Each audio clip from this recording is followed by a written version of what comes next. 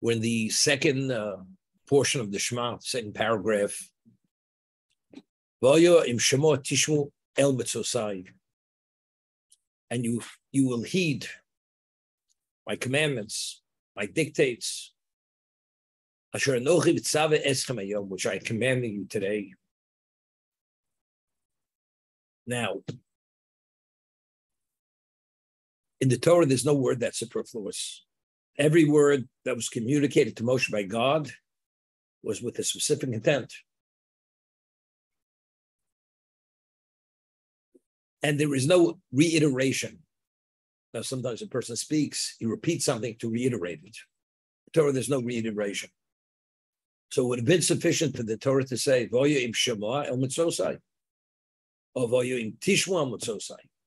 If you will listen, whichever context of listening or heeding, one word would have been enough.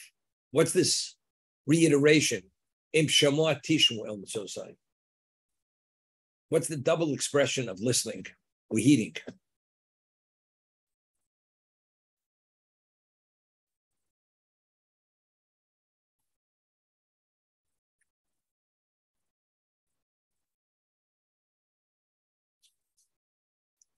There's a commentator, which I've quoted in the past. His name is De Sefarno. He was an Italian doctor who lived in the 18th century in Italy, and wrote a commentary on the Torah, very beautiful commentary. And he says something interesting. We have laws which are called mishpatim, rational laws, not to steal, ownership rights, not to damage, payment of debt. Because that's understandable. You can't have a society unless people respect one another's ownership rights. Then we have certain mitzvos, commandments, which are commemorative commandments. The holidays, the festivals, commemorating redemption, commemorating the giving of Torah at Sinai, our travels through the desert for 40 years to commemorate the clouds of glory, which we were protected, that's Sukkot. That's referred to as Shabbos, is a testament God created the world. We understand that. But the area of chukim, statutes, these are laws, if they wouldn't have been given by God, we'd have never come upon them, because even after they've been given, the only reason why we do them is because God commanded us to observe them. Dietary laws, not to eat milk and meat, or to ritually slaughter certain species, which are kosher species. Non-kosher species, even if you slaughter them, it has no value. It's still a non-kosher species. These are statutes. We don't understand why. Of course, that has a reason, but we don't understand why. Only God knows. But we accept them because since God says it's beneficial and it's necessary to maintain your spirituality, as we said that every positive commandment corresponds to a component of the Jewish soul, and the negative commandments, we don't cross those lines to maintain the viability of the soul. Otherwise, it detracts and diminishes the soul. But why? Because God says so. There's certain food items which create cholesterol and it clogs your arteries. Well, why those and not others? Because that's the way it is. Because that's the makeup, the way the body processes those foods. You have this accumulation of plaque, which coats your arteries, and eventually it could create blockage. Why these foods, not other foods? Only God knows, because he created the world that certain foods do, other foods don't. Chukim are statutes. We abide by them because we believe they're necessary to maintain our spirituality because God said so.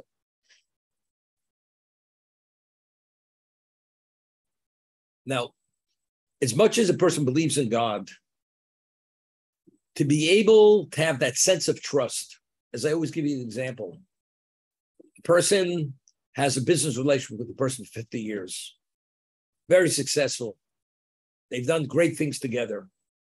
And his son was sent to Harvard Business School, comes back, and the father says to the son, you see this man? I've been doing business with 50 years, been through thick and thin together. You could trust your life with him. As much as the son understands what the father's saying, but the level of trust that the father has in this person, the son cannot have unless he has some experiences which prove this to be true. Everything in life is experiential. Person has a track record. That's what it's all about. The father has that relationship. His reality is this man has proven himself a level of honesty, integrity, and capability. Even if you don't understand the deal, you do the deal. The son says, where I come from, we have to do our analysis with all this new approach. But, the father says, this man smells the deal. He knows the deal, whether it's a good deal or not. Until the son has that level of experience with that person, it's all abstract. He hears what the father says. He believes what the father says, but it's not a reality. God, we believe, is a creator. But how do you have a sense of God's presence? You have to have a degree of familiarity with God. You have to have a relationship with God. Now, how does a person have a relationship with God? If God is there and God is infinite and God is abstract and God doesn't communicate with us, it's all tradition from Sinai. How does a person have a sense that he has a sense of God's presence in his life? Well, God gave us a certain protocol of life. And if we live that protocol of life, because innately, inherently, those laws touch us and affect us and touch our souls and spiritualize our souls, that's how we begin having a sense of God. It's through the being in Havdil, in the trenches. If you're in the trenches, you know exactly what it's all about. You know how to fight the battle. You're never in the trenches. You can read all the books on warfare. If you were never on the battlefield and you were never trained and you were never confronted, you can't even begin. You have an idea of the value of that training and experience, but to understand it, what it is, you don't understand what it is unless you've been there. How is a Jew? How has he been there? Only by performing the mitzvahs. Every mitzvah, every positive commandment touches us in a certain way. Observing the negative commandments, keeping our souls pristine, not diminishing them. And we only feel the empowerment of our spirituality. We have a sense.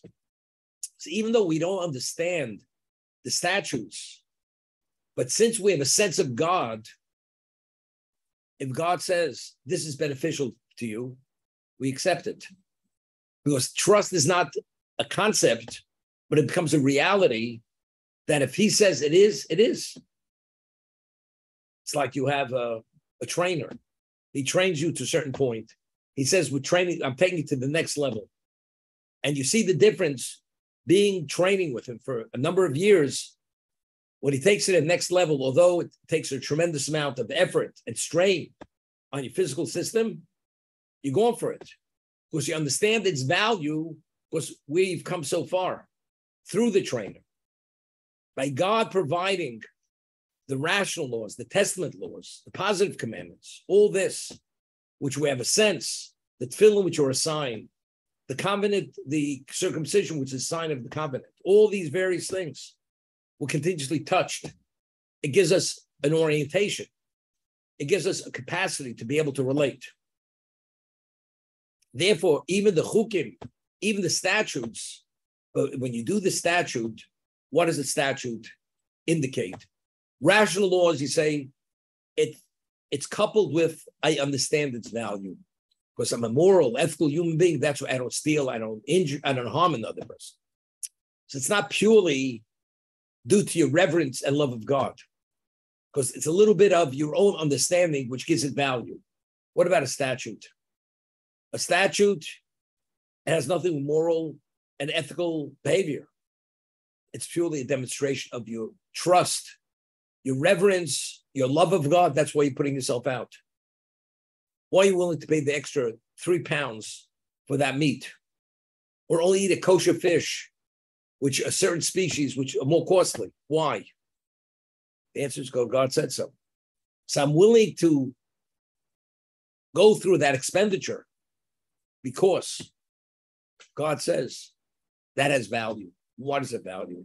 Only because God said so. So what is that an expression of? Your trust, your reverence, maybe, or even your love.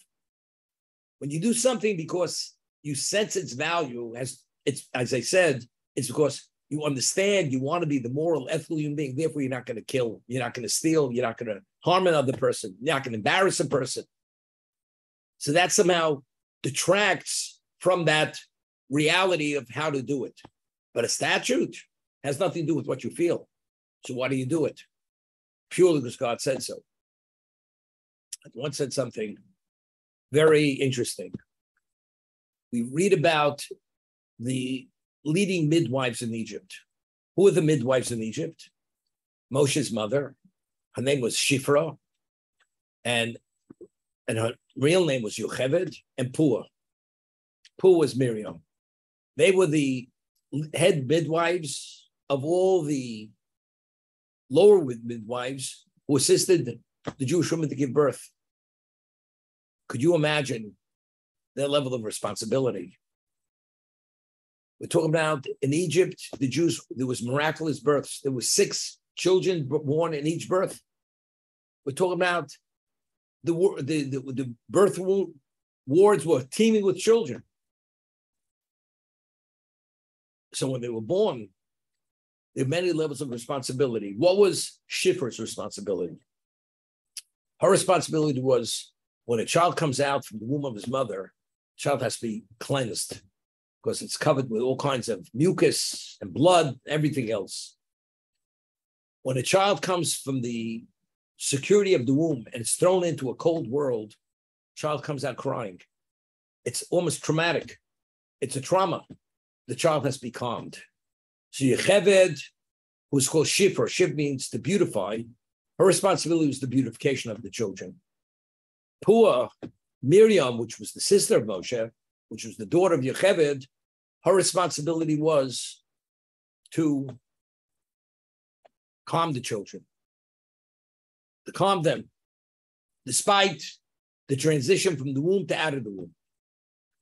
Now, the Torah tells us that they were given the order by Pharaoh to kill the male newborns. And of course, they did not heed his dictate. And not only did they not kill the male newborns, they fed them, they sustained them to make sure that they survive and they're healthy. And the Torah tells us that Shifra and Puah did not heed the word of the king of Egypt because they feared Vatirena Himyaldus Es Elokim. Because the Torah goes out its way because they feared God.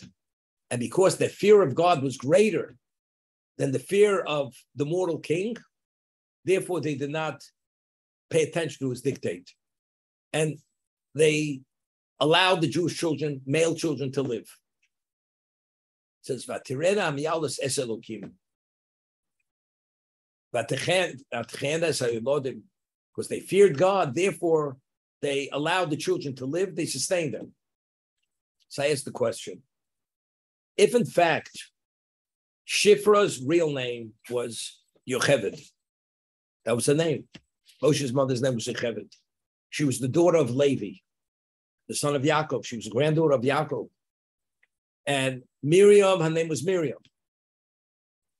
But yet, the Torah doesn't identify Moshe's mother by her name or Miriam by her name, but rather by the vocation as midwives that Yocheved would beautify the child and Miriam would calm the child.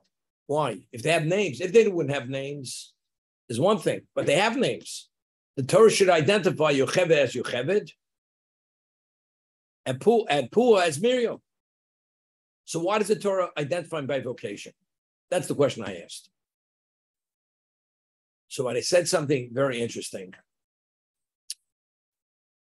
If a person assumes a level of responsibility, and it's a level of responsibility which is overwhelming. The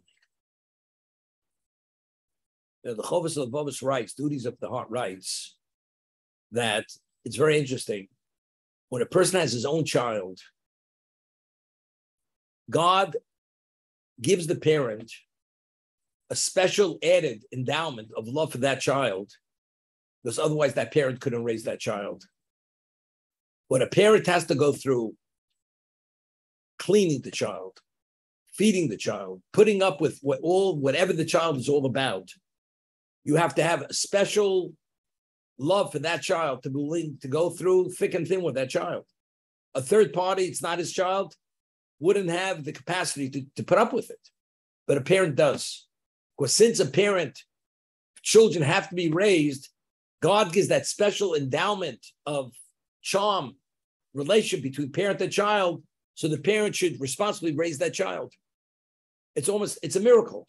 Your own child, yes, another person's child, not. It's too much for me. Today, it's reached another level. People choose not to have children because they didn't want to be burdened. They don't want to be burdened.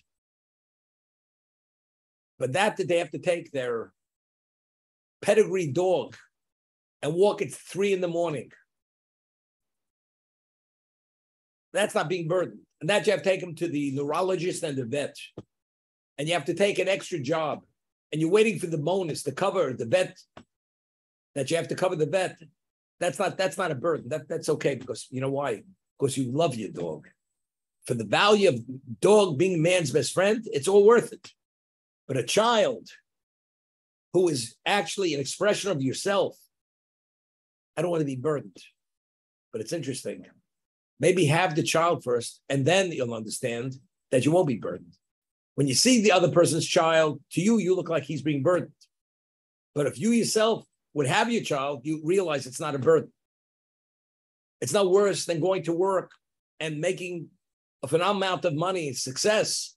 You don't see that as a burden because you see its value.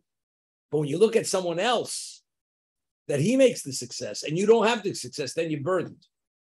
So the person is drawing his understanding from someone else rather than having the child himself. But if you have the child yourself, then you would see it's not a burden. Because you have that special endowment from God of attachment to the child, and that child gives you a certain sense of contentment and value that it's worth it. Not because when you get old, you can have somebody to rely on. Somebody's going to call you. There's going to be a service. That person will pay for the service that they'll call you 3, 4, and 5 in the morning. And they'll put in cameras. And they'll get you the best aid. And they'll take you out for Thanksgiving, lunch, and dinner. That's the only time you see a parent. There's an expression, they used to say it. One parent has room for 10 children. 10 children don't have room for one parent. It's an old expression. But how does the mother have room for 10 children? Because it's her children. There's that special attachment, which God, as she raised them, they're special to her. The children were raised. They didn't raise the parent. The parent is a burden. Mom, you come for the holidays. You bring a gift. The children be happy. We could FaceTime. We could Zoom. You'll zoom in and zoom out. That's it. That'll be the nature of the relationship.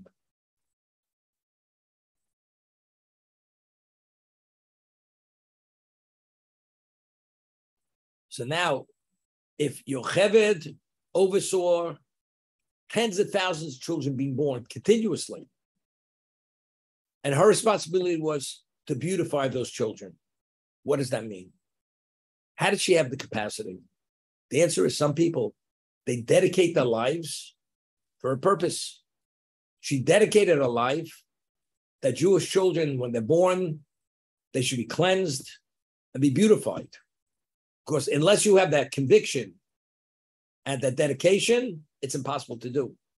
So it was in her core, her gut, that was special to her.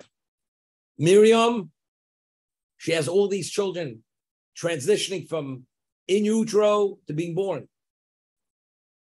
They're traumatized by that transition. She calms them. She had to oversee endless amounts of midwives to teach them how to do it correctly. So she had to have a special love for children to be able to feel what they're going through, to be that dedicated. Otherwise, it's impossible to do. As they say, if when you work, you don't enjoy your work, it's only a question of time before you're going to burn out. That's burnout.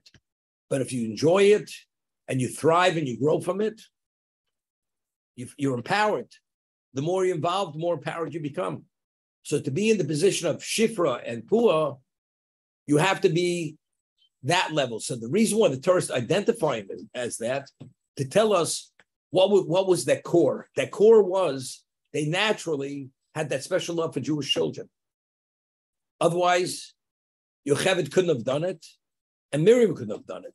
But because the Shifra Pua, which identifies who they are and what responsibility they took, therefore the Torah, well, why is that important? Why is that important for us to know? It tells us when you take a position, you better love your job, otherwise you're not going to be able to survive it. Is that what Torah is teaching us?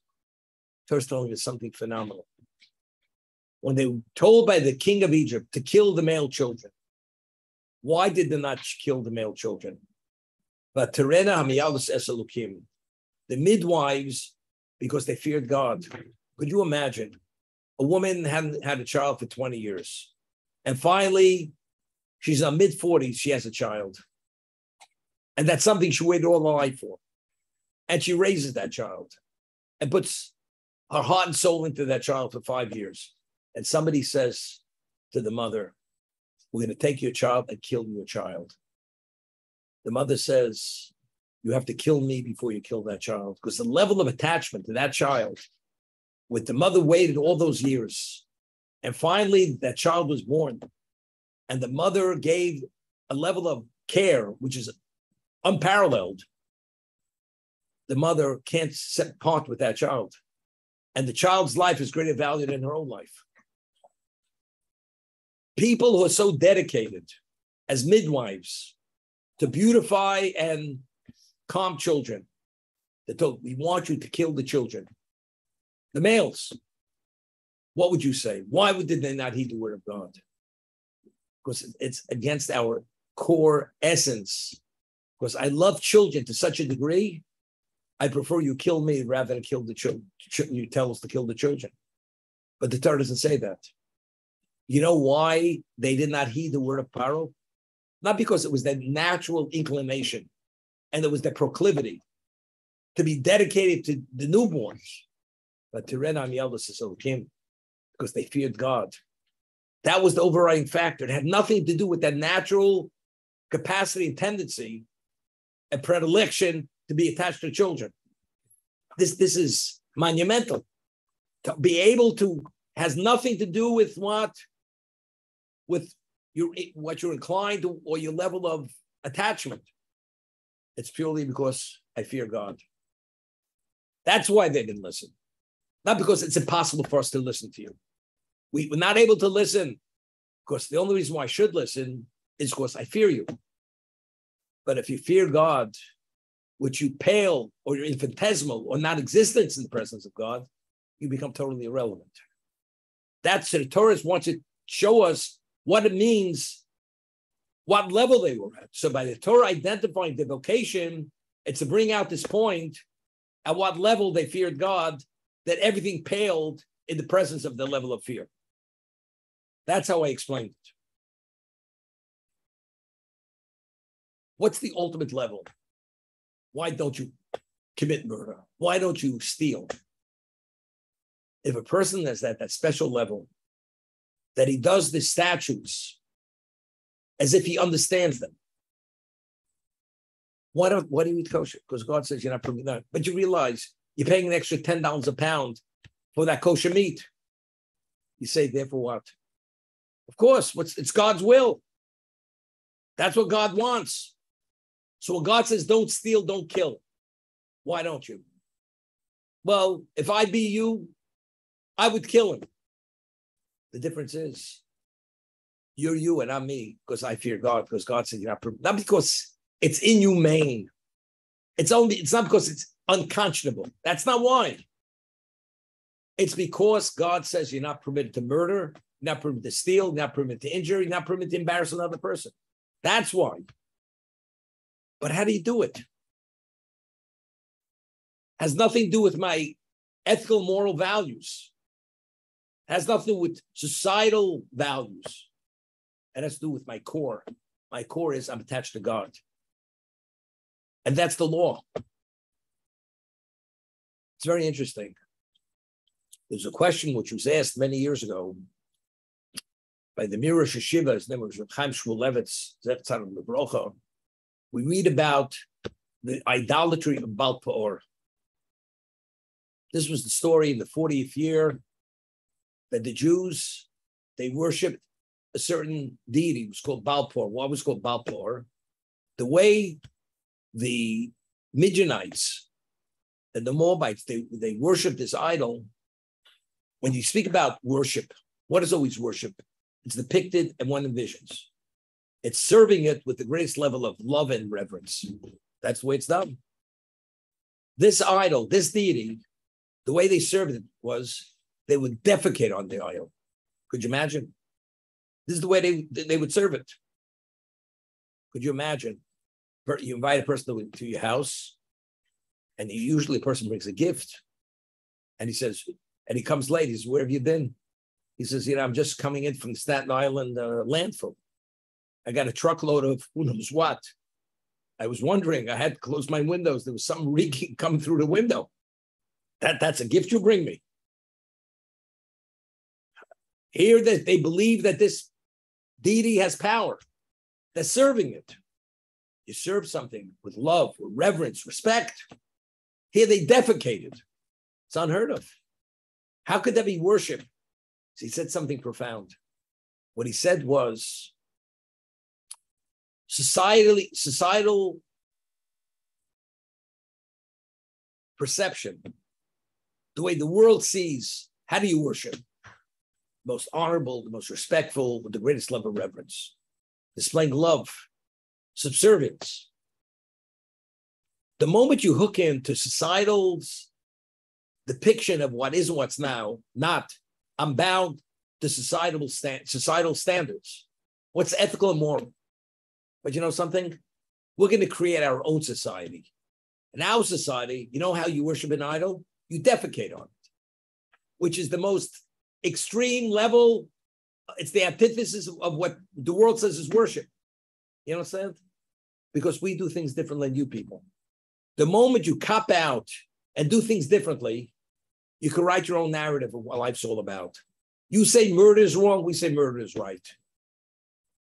You say survival of the fittest doesn't justify anything, we say it does. You could steal, you could injure, you could do whatever you want. But the world says differently.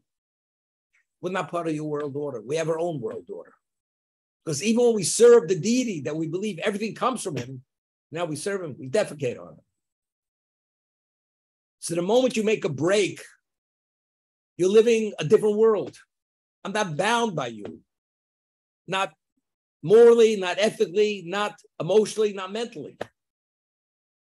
I have no guilt conscience. You only have a guilt conscience if you're doing something that you believe you're bound to. I'm not bound to your values. We live a different world. I'll give you an example. You have a Bohemian society, Bohemians. In the 60s, there were many people assumed that type of lifestyle. They grew their hand long. They didn't bathe that often. They lived in a commune setting. They would walk barefoot in the street.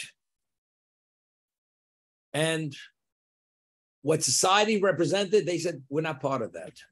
So the question is it really more comfortable to be unclean rather than clean? Is it more comfortable to be ungroomed rather than groomed? So why did they do it? By living that type of lifestyle, they're compromising on many comforts of life. Why did they do it? The answer why they did it was because they were making a statement. Our perception of life and values is not yours. We have our own script, our own narrative, how a person has to live his life. As a result of that, there's nothing we can justify. You say stealing's wrong. You saying patriotism. Therefore, you should go fight for your country. That's what your society, our society says differently. So many people do certain things because they don't want to be bound to the narrative of the world. So therefore now they can write their own narrative.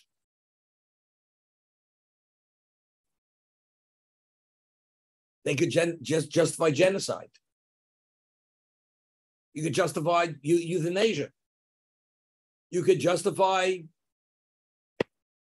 abortion, even in the third trimester. Early said it's not really life. The child's about to be born. You can justify it. But the world sees that as murder. That's what the world sees. We see it differently. That's what it's about.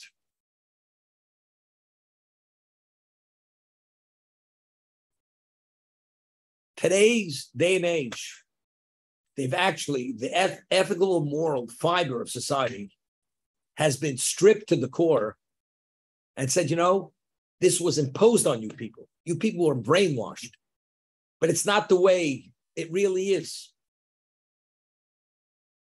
Although it was understood and it worked, but it doesn't have to work. It'll work without it. We'll see the way it works without it. That's why everything's imploding and everything's falling apart. As they say, proof's in the pudding. But if you want the proof, at the end of the day, there's no pudding left. There's nothing left. Everything is totally destroyed. If God has credibility in your life through the mitzvos, through the dictates, because every time you do a positive commandment, you touch spiritually. Every time you refrain from the negative commandment, your spirituality remains intact. It's not diminished. It's not dulled. Your spiritual nerve endings have a great acuity, and you have senses for things which naturally, intellectually, you don't relate to, but you can. It's a different reality. Therefore, even the statutes take on value of meaning, and you accept it, embrace it, because God has credibility in your life, and that already, it creates, you do it and gravity out of love, out of respect, out of reverence. That's the understanding.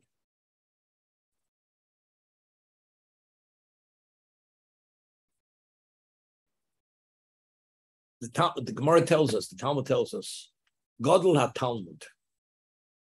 Great is the value of studying Torah. Why is it so important to study Torah? Shat-Talmud nevim de maseh. Because when you study, it causes you to actualize the mitzvah. We ourselves, we have an inertia. To do something which doesn't naturally come to us, we have to really get going. We have to extricate ourselves from a previous setting to assume the new setting. But something comes natural, it's not difficult. But spirituality doesn't come natural.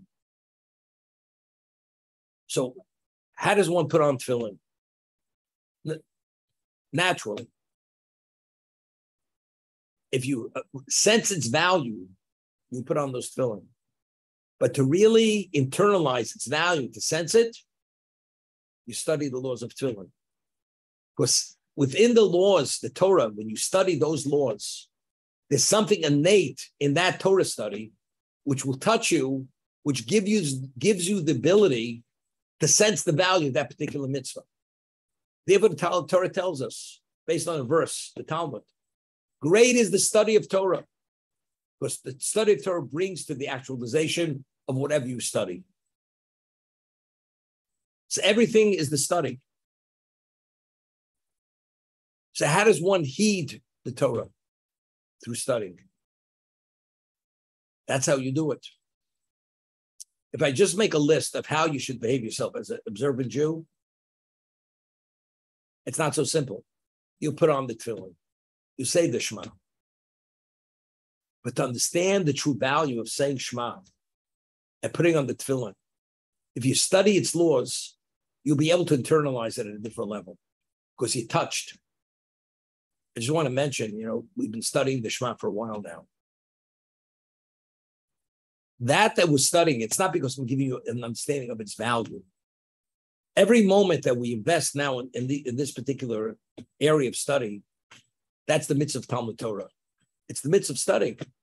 So because everything we understand is rooted and based upon the mitzvah of studying, and the Torah says when you study, that brings to actualization, it puts it on a pedestal. Otherwise, it's on the back burner. But when you study it, all of a sudden, it takes a new degree of value. Because now you can be touched by that.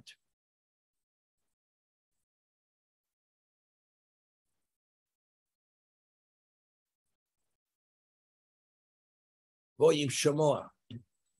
If you heed, in Yiddish, the two words for listening, for hearing, you'd say, and in English, it's the exact same word.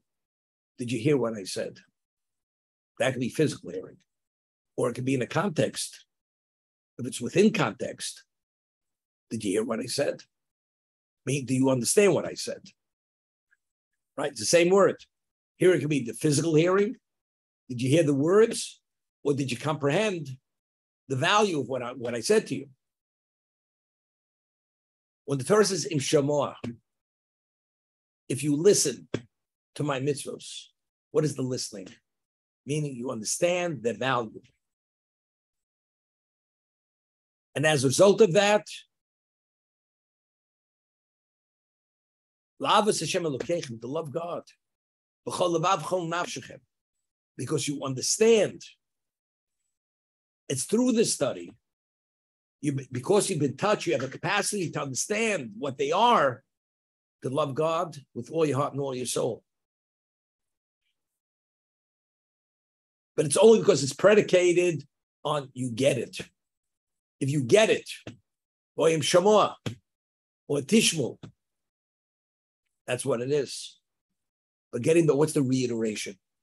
If there's nothing which is superfluous in Torah, what's to reiterate it? It could have said one of the words in Shema, or Hoya im Tishmu. What's this? Repetition. So the Talmud tells us, it's very interesting. As we say, mitzvah goreres mitzvah. It says in Pirkei Avos, when you do one mitzvah, it creates an energy which draws you to do another mitzvah. As we explained, based on the Zohar of Chaim Volozhiner, that when you do a mitzvah, you create a certain positive energy. Most of that energy detaches itself from this existence, and it goes to another realm of existence, and that's what's sharing the world to come. But there's a certain trace of that energy which remains with you, which actually encourages you to do more of the same. It's like we say, an addiction is usually in the negative. This is in the positive. Goyim Shema, person studies. It's always easier to study something which you've never studied before. As people say, that's interesting. That's pretty interesting. But something that what we used to call old hat. I've heard it before. Rabbi, I've heard it 1,000 times. What are you repeating yourself? But if it's something new, the F-98, the rabbi is going to be honored that when they launch the F-98, he's going to be sitting right next to the pilot. That's interesting. The rabbi is soaring. So to study something you've studied before is not easy. But whenever you study, you realize you're just not repeating words. When you study and you understand the value of reviewing, it's reinforcing and reclarifying something that you've studied before. If you study and review what you've studied, it'll give you a greater capacity to come upon new horizons. Im shamoa, if you review what you've studied, tishmu, you'll have a capacity to understand new things. That's the repetition. It's not a reiteration here. Im shamoa min yoshon, if you review what's old, tishmu min hachodosh, you'll have the capacity to understand new things. I tell you the truth. No, I study the Rambam. I study even the davening. If I focus, I always see something new that I didn't realize before. Where's it coming from? Because if you studied it correctly the first time, and you applied yourself, and you just didn't gloss over it, that means the first time you were touched to a degree. Now, if you approach it now, something that you know and you value, you review it, all of a sudden you see new things in it. Because there's always this, what's embedded in the Torah, what's embedded in the words, whether it's Tehillim, the words of David. He's alluding and referring to endless things and many nuances. Let it be the language. Let it be the paragraph structure. Let it be the context. Study the laws of Tshuva and Rambam. I've been studying it for many, many years. Every time I teach it and study it, I have a new insight. I can tell you what I said and a new insight that I think something could be added, or another interpretation, which is not contradictory to the first. That's Im Shema Tishmu. If you review the old, you'll hear the new. What excites a person? It's just, as the people say, it's just unbelievable. It's unbelievable. That excites you. When you're excited, you love God, you serve with all your heart and all your soul. Because you sense its value. But how do you come upon its value? It's primarily through the study of Torah. Not only because Torah is the antidote to the negative inclination, but there's something innate in Torah which actually touches you in a way which gives you a sense of its value, and therefore you're attracted to it. We had mentioned the law is a person who's sitting Shiva is not permitted to study Torah. On Tisha B'Av, which is considered communal mourning, we mourn the destruction of the first and second Beis Hamikdash, one doesn't study Torah. Why? Because David says in Tehillim, Pekudei Hashem Yishorim Misamchei Lev, because the dictates of God are straight and appropriate and fair, and when you study them, it brings joy to the heart. And since we're communal grieving, or when one is grieving on a personal level, you're not permitted to avail joy to yourself. Therefore, one doesn't study Torah. But there's something innate in the Torah. When you study it, you touch it, it touches in a positive way. It gives you a sense of its value. When you sense its value, you want more of it. It draws you to do the mitzvah. If you study the mitzvahs and you review them, you will see a new value in them.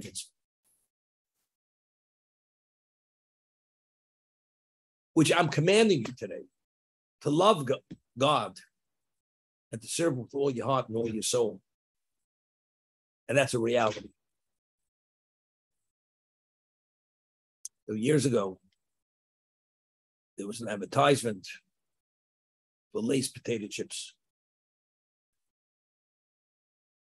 And then I forgot the actor. He played Mr. Magoo, this actor. And he had the bag, and they said, once you eat one, you can't stop till you get to the bottom of the bag. Lahavdin. If you connect appropriately with Torah, you say, the hour's up already. How did it go so quick, the time? That's how enjoyable it was. That's how enriching it was. That's how touched you were. And it's what to take home. Very often, Americans are very interesting. You can have a speaker speaks the Queen's English or the King's English. But if he speaks with a New York accent, you got a person coming from the United Kingdom. He speaks and people are enthralled, mesmerized by his delivery. They say, did you hear what he said? So he said, what did he say? Basically nothing. The person who spoke with the New York accent, people don't say, did you hear what he said? What he said in terms of its value, it was invaluable. But not impressed. He talks like I talk. 33rd Street. Same idea. You're not touched. What are people touched with? They're touched with things which are what? Which are the superficialities of life. That's what we're touched with.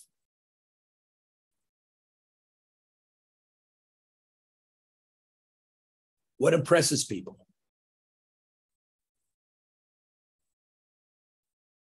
A new gadget, a new computer. But to understand the inner workings of what gives you the ability to process and to calculate, well, as long as I know which button to press, well, all that matters is what it delivers. But how it delivers, which has to do with understanding, that's totally irrelevant. Understanding is irrelevant. Everything is delivery. That's the approach, Rabbi, does it really make a difference? If I said the Shema 8 o'clock or 12 o'clock, did I say all the words? Did I say some of the words? Does it really make a difference? If I put on film once a week or only my father's yard site, does it really make a difference? Rabbi, tell me the truth. Rabbi said, it does make a difference. He says, Rabbi, tell me why. You know what the answer is? God says so. What do you have to eat every day? Why don't you eat once a month? Because if you eat once a month, by the time the month ends, you're not there any longer. So that's how you're supposed to eat more than once a month. Regarding our spirituality, it's all rooted in tradition, our faith, and belief in God. What he said. Our spirituality not only doesn't wither, it thrives and advances and grows. And you become part of eternity. That's something you can't prove. That's all based on belief. Either you believe it or you don't believe it. And belief is not an abstract concept. It's a reality of how you're touched.